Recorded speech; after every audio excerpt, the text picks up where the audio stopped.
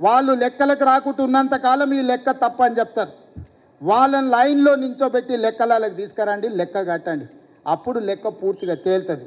లేకపోతే సామాజిక బహిష్కరణ అనే శిక్ష విధించండి వాళ్ళకు.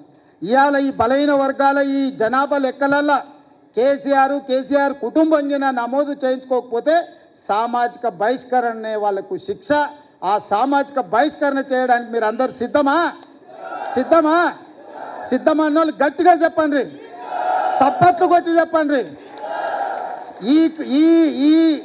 ఈ కులగణన సర్వేలో పాల్గొనకపోతే, వివరాలు అందించకపోతే తెలంగాణ సమాజం నుంచి చంద్రశేఖరరావును, తారక రామారావును, హరీష్ రావును సామాజిక బహిష్కరణ చేయాలని ఈ సమావేశంలో నేను తీర్మానం ప్రవేశపెడుతున్నా.